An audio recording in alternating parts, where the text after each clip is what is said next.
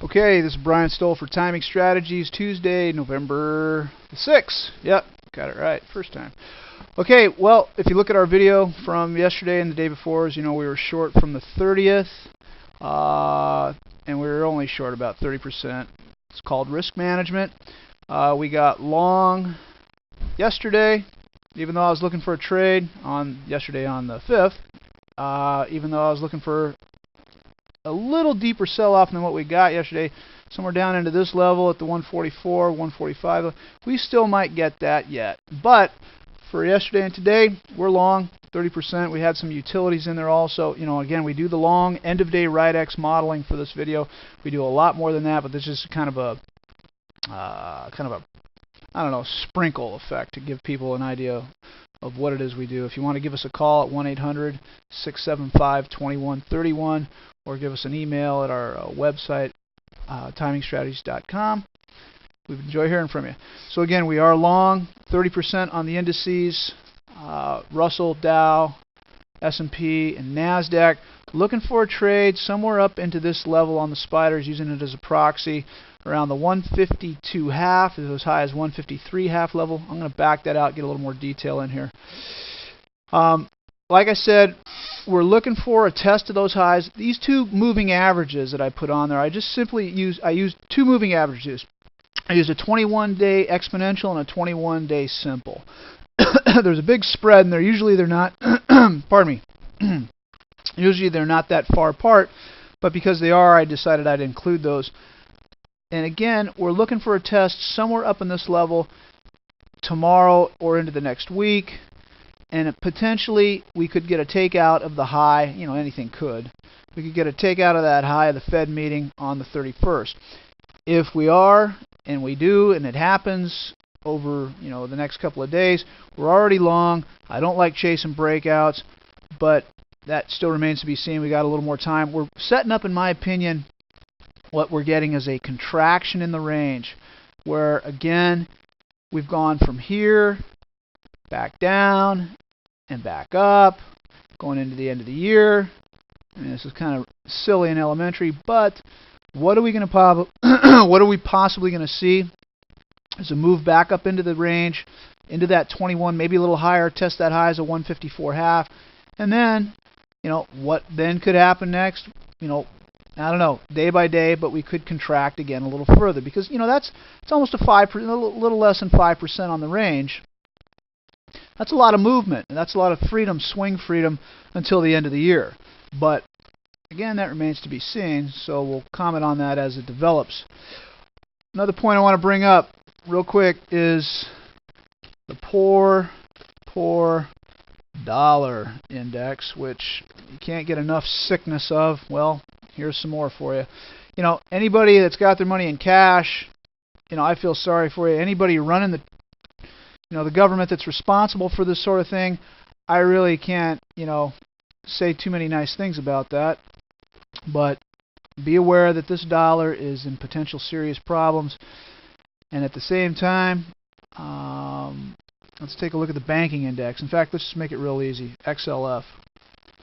Financials, kind of a mix of the banks, broker dealers. We got a stab low of that move that we saw on August 16th. And now we're trading back above it. Could there be a counter trend rally? Absolutely. Is there going to be? More than likely, yes. How far is it going to go? You know, we can take out those lows. We can get close back to those highs. What I would look to do is sell that rally if we get a rally in the S&P. And that's another thing, is that if the financials start moving up, and again, looking at the BKX, if the BKX starts moving up, that's not going to take very much to get the S&P and everything else going. And there's a very strong potential throwback rally on the financials and the BKX to get us back up, you know, another 5% or so. That, you know, a short cover rally on the financials would definitely give us very easily a test of those highs, if not a breakout of those highs that we put in back on October 31st. Beyond that, you know, the Qs, you're looking at the NASDAQ. Let's take a look at the SMH real brief. What the heck is that? Oh, well, forget that. That's how that got there. You know, the SMH really is not getting a lot of love here, and like we said, avoid them. And I still say avoid them. Yeah, there's a potential buy setup up there if you want to get long.